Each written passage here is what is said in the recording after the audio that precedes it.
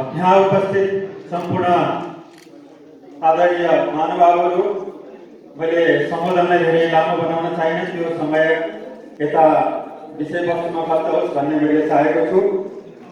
तर मलाई जुन यहाँ बन्ने समय उपलब्ध गराउनु भयो यसका प्रति म नेपाल प्रज्ञा प्रतिष्ठान तथा धेरै साहित्य समाजप्रति हार्दिक आभारी छु।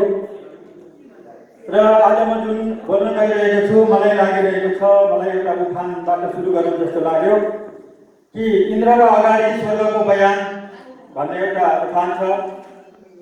किन मलाई यस्तो लाग्यो भने यहाँ मुस्लिम समाज, सिख समाज, थारू समाज, आदिवासी समाज, मगर समाज, खस भाषा सबै एउटै व्यक्तिले बोल्न सक्ने, बुझ्न सक्ने अवस्थाको यहाँ हुनुहुन्छ।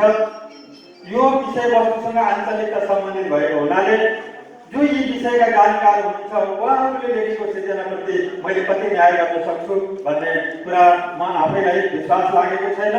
तर पनि फेरि अर्को एउटा उखान छ, नजिकको जोगी भात मारा, टाढाको जोगीसित। मलाई बागमती प्रदेशबाट बोलाएपछि केही न केही न्याय हुन्छ भनेर बोलाउनु भयो होला, तर त्योभन्दा पनि यस क्षेत्रका यहाँ स्रष्टाहरू, समालोचकहरू विज्ञ हुनुहुन्छ भन्ने मलाई लागेको छ। त्यसैले यहाँहरूले यसलाई त्यसै रूपमा बुझिदिनु हुन अनुरोध गर्दछु। र मेरो 11:48 यो सुरु भएको छ, हामीलाई 1 घण्टा भन्नुभएको छ, तर त्यो समय विभाजन भएको छ। 2-4 मिनट बढी भएछ भने म अध्यक्षज्यू र टिप्पणीकर्ताज्यूको समय लिन चाहन्छु, यहाँहरूको समय लिन चाहन्छु। म यो पनि यहाँहरूलाई बताउन गइरहेको छु। र यहाँहरूको अगाडि हातमा कार्यपत्र भएको कारणले म यसमा धेरै पढ्न गइरहेको छैन। म मात्रै उदाहरण रूपमा 1-2 कुरा यहाँहरू समक्ष राख्न चाहन्छु। आञ्चलिकता भनेको के हो भन्ने यहाँहरूलाई जिज्ञासा हुन सक्छ, यद्यपि यहाँहरू विज्ञ हुँदै हुनुहुन्छ।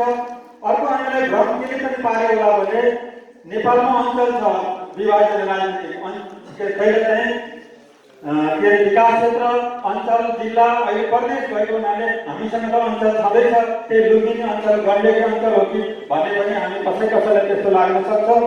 तर यो आञ्चलिकता शब्द साहित्यका क्षेत्रमा रूढ रूपमा आएको छ, शब्दको अर्थ भन्दा पनि रूढ रूपमा आएको छ। र यसलाई हामीले जनाउने जुन अञ्चल हो, जोन भनेर हामी बुझ्छौँ, तर यहाँ जोनल केही नभएर यसलाई अङ्ग्रेजीका लागि रिजनलिजम, यो चाहिँ यो शब्दका यसले शब्दले प्रतिनिधित्व गरेको छ। यसै सँगसँगै अङ्ग्रेजीमा लोकल कलर भनेर पनि भनिन्छ, तर यो पर्यायवाची होइन। लोकल कलरले अलिक छोटो अर्थ दिन्छ, अलि यो न्यारो अर्थमा यसको प्रयोग भएको छ। त्यस कारणले यो आञ्चलिकतालाई यहाँहरूले रिजनलिजमको रूपमा बुझ्नुहुन र वा लोकल कलरका रूपमा बुझ्नुहुन म धेरै अनुरोध गर्दछु। हुन त यसका धेरै अर्थहरू दिएका छन्, मैले कार्यपत्रमा उल्लेख गरेको छु, 10-12वटा अर्थ छन्। साडीको आँचल, त्यो फेरोलाई पनि टुप्पोलाई पनि आँचल भनिँदो रहेछ। सायद त्यसको एक भाग भएको हुनाले, एक खण्ड भएको हुनाले त्यसरी पनि त्यसको नाम रहेर अञ्चल। त्यसदेखि बाहेक किनार, फेर, होइन, भाग, टुक्रो आदि धेरै सन्दर्भहरू त्यसमा आएका छन्। यी शब्दगत अर्थले साहित्यको रूढगत अर्थलाई खास बोकेको मैले पाएको छैन। अब दोस्रो कुरा, साहित्यका सन्दर्भमा आञ्चलिकता भनेको के हो त? त्यसो भएदेखि आँचलै हो त? खेल हो, किनार हो, देशको एक टुक्रा हो? होइन। त के हो भने साहित्यका सन्दर्भमा आञ्चलिकता भनेको कुनै खास ठाउँ वा क्षेत्रको खास विशेषता सहितको जुन साहित्य लेखन हुन्छ, सिर्जना हुन्छ, त्यसलाई आञ्चलिक लेखन भनिन्छ, आञ्चलिक उपन्यास भनिन्छ, आञ्चलिक कथा भनिन्छ। त्यसैले कुशीमा लेखेर वा गण्डकीमा लेखेर वा कर्णालीमा लेखेर यो चाहिँ आञ्चलिक होइन। तर यसो भन्दैन, होइन भन्न पनि सकिँदैन, किनभने त्यो क्षेत्रको यदि आफ्नै किसिमको विशेषता छ, त्यो अञ्चलको आफ्नै किसिमको विशेषता छ भने त्यो पनि आञ्चलिक हुन सक्छ। तर यो गौण कुरा हो, त्यो मिल्ने कुरा चाहिँ संयोगले मिल्ने कुरा मात्रै हो। तर त्यो भाषिक समुदाय, सांस्कृतिक समुदाय, भौगोलिक समुदाय समेतको जुन एउटा पहिचान हुन्छ, त्यो पहिचान झल्केको छ कि छैन भन्ने आधारमा साहित्यमा आञ्चलिकता खोजिन्छ। अर्को पनि कुरा छ, आञ्चलिकताको केही गन्दै नभएको कुनै पनि सिर्जना हुँदैन। त्यस कारणले त्यसको मात्रा कति छ भनेर हामीले मात्र पहिचान गर्यौँ भने मात्रै त्यो कृतिको सही मूल्याङ्कन हुन सक्छ, यो आञ्चलिक हो कि होइन भनेर भन्न सक्छौँ। अर्को पनि कुरा छ, अब आञ्चलिकताको त खास गरी मैले कथाको कुरा गर्दैछु भने कथाको एउटा कृति त हुँदैन, कमसेकम 10, 12, 15, 20वटा कृति हुन्छन्। त्यसमध्ये एउटा कथा मात्रै आञ्चलिक हुन सक्छ, अरू नहुन सक्छ। एउटा आञ्चलिक कथाभित्र भएको कथाको नामबाट शीर्षक राखिएको हुनसक्छ र त्यसले हामीले यो आञ्चलिक कथा भन्न पर्ने हुनसक्छ। तर गहिरिएर हेर्दाखेरि त्यसभित्र एउटा मात्रै कथा रहेको पनि हुनसक्छ। त्यस कारणले म यहाँहरू समक्ष फेरि पनि कुन कुरा दोहोऱ्याउँछु भने यहाँ खास समुदायको, खास भाषाको, खास क्षेत्र, खास संस्कृति, खास जातिको पहिचान गरी ढल्किने गरी लेखकले लेखेको छ। त्यहाँका पात्रहरूले सम्मान गरेका छन्। यहाँ परिवेश उपस्थित भएको छ भने यस्तो साहित्यलाई आञ्चलिक साहित्य भनिन्छ।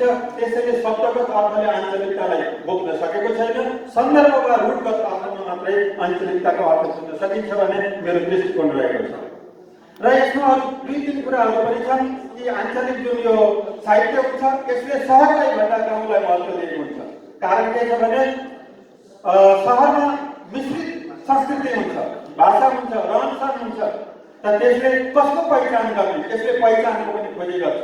त्यसकारणले सहरमा पहिचानको खोजी गर्नको लागि मुस्किल हुने भएका कारण आञ्चलिक जुन उपन्यास छ, कथा छ, साहित्य छ, यसको आफ्नो विषय क्षेत्र, यसको दृष्टिकोण, यसको मूल उद्देश्य भनेको गाउँ केन्द्रित हुन्छ। किनभने गाउँमा आफ्नै किसिमको मौलिक सभ्यता, संस्कृति, जाति, भाषा, परम्परा, अझै भन्यो भने भाषा मात्रै हुँदैन, भाषिका पनि हुन्छ, डाइलेक्ट पनि हुन्छ। त्यसकारणले यसको खोजी र यसको प्रयोगलाई आञ्चलिक कथाले आफूलाई ग्रहण गरेको हुन्छ।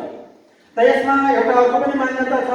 यसमा के हुन्छ भने यसमा पाठक हुन्छ अनि यसमा तीन कुरा हुन्छ कि पाठक सहरिया हुन्छ अनि जुन लेखक के अरे विषयवस्तु ग्रामीण हुन्छ अनि त्यो लेखक चाहिँ बिचमा बसेर सेतुका रूपमा काम गरेको हुन्छ।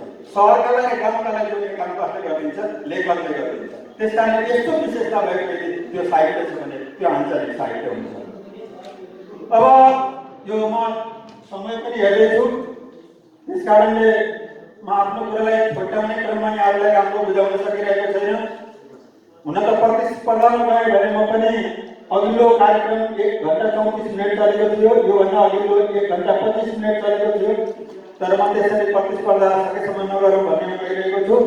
त्यसो गर्दाखेरि अब हतारमा गर्दा केही कुराहरू छुटेका छन्, यसलाई क्षमा दिनुहुनेछ भन्ने मैले अपेक्षा राखेको छु। र यसमा खास गरी लेखक त्यहाँ छ भने त्यहाँ भएको लेखकले पनि यो आञ्चलिक कृति लेख्छ, कथा लेख्न सक्छ। आफ्नो ठाउँ छोडेर सहरतिर गयो तर सम्झना सधैँ गाउँको आउँछ।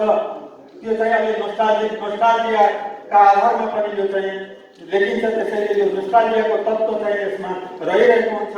अर्को हुन्छ फेरि कहिलेकाहीँ घुम्न गए साह्रै प्रभावित भएर लेख्यो, त्यहीँको भाषा लेख्यो, संस्कृति उतार्यो। यसरी पनि आञ्चलिक कथा लेख्न सकिन्छ, कथाहरू लेखिएका छन्। त्यसैले यसको सन्दर्भ पनि धेरै किसिमले आञ्चलिक कथा लेखिन्छ। त्यसका लेखकहरू धेरै पृष्ठभूमिका हुन सक्छन्। त्यसको विस्तृत चर्चा हामी फेरि अर्को कुनै कार्यक्रम गरौँला भन्ने मैले लागेको छ। अब म फेरि विषयवस्तुलाई अझै अगाडि बढाउन चाहन्छु। नेपाली कथामा आञ्चलिकता कहिलेबाट आयो होला?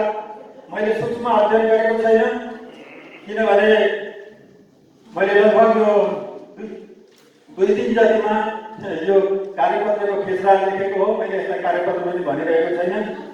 तर आधुनिक कालमा आएर हेर्दाखेरि 1992देखि गुरुप्रसाद मैनालीको नासो वा बिपी कोइरालाका कथाहरू, जोशी चस्माका वा रमेश विकलका कथाहरू हेर्दा ती जुन भाव र पद्धतिमा लेखिएका भए पनि तिनमा आञ्चलिकताको छनक पाउन सकिन्छ। तर तिनमा आञ्चलिक उपन्यास के अरे आञ्चलिक कथा भनेर हामी भन्न सक्दैनौँ, तर आञ्चलिकताका तत्त्वहरू पाइन्छ। बिपी कोइरालाकोमा पहाडको साथै तराईवासी पात्रहरूको परिवेशको भाषाको पनि प्रयोग छ। अनि गुरुप्रसाद मैनालीको पहाडमा केन्द्रित भएर लेखिएको छ भने सहरको काठ र गाउँको सन्दर्भ चाहिँ रमेश विकलका कथामा आएको छ। यसरी आउँदै जाँदा हामी जब अगाडि बढ्यौँ, कथाका विभिन्न धाराहरू विकसित हुँदै जान लागे। विकसित हुँदै जाँदा जहाँ प्रगतिवादी, प्रयोगवादी, नवचेतनावादी समसामयिक कथा हुँदै आज उत्तर आधुनिक युगसम्म आइपुग्दा हामी नेपाली कथामा विभिन्न किसिमका प्रयोगहरू भएका र आञ्चलिकताले प्रश्रय पाइरहेको देख्छौँ। यस्तो किन पनि भयो होला भने यो भनौँ सन् 1960का दशकपछि नेपाली सन्दर्भमा भन्यो भने 30-40 वर्ष यतादेखि अङ्ग्रेजी साहित्यमा विकास भएका समालोचनाका धेरै पद्धतिहरू नेपालीमा आइरहेका छन्। त्यसमध्येको एउटा पद्धति हो नारीवाद, फेमिनिजम, अर्को समालोचना, अर्को साइबर समालोचना, होइन, अर्को एथनिक समालोचना, क्रिटिसिजम हो। यी सबै उत्तर आधुनिकतावादी जुन प्रवृत्ति छन्, यी प्रवृत्तिले मार्जिनल ग्रुपको जुन किनारीकृत ग्रुपहरू छन् यिनीहरूको भाषा जाति चाहे यिनीहरूलाई अपहेलित गरेको वा गरिएको सन्दर्भलाई उठाएर यी समालोचनाहरूले आजका कृतिहरू हेर्न लागिरहेका छन् र आञ्चलिकताले पनि गाउँमा बसेका पछि परेका महत्त्व नदिएको पात्र महत्त्व नदिएको भाषा महत्त्व नदिएको संस्कृतिलाई आञ्चलिकताले उठान गर्ने भएको हुनाले मेरो दृष्टिकोणमा यसलाई यथार्थवाद त्यसलाई प्रगतिवाद आदर्शवाद स्वच्छन्दतावाद नवचेतना भन्नुभन्दा पनि यी आधुनिक मान्यताबाट यी कृतिको समीक्षा गर्यो भने ती कृतिप्रति न्याय हुन्छ ऊ किन पछि परेको छ उसलाई किन पछि पायो यी सन्दर्भहरू आञ्चलिकताले उठायो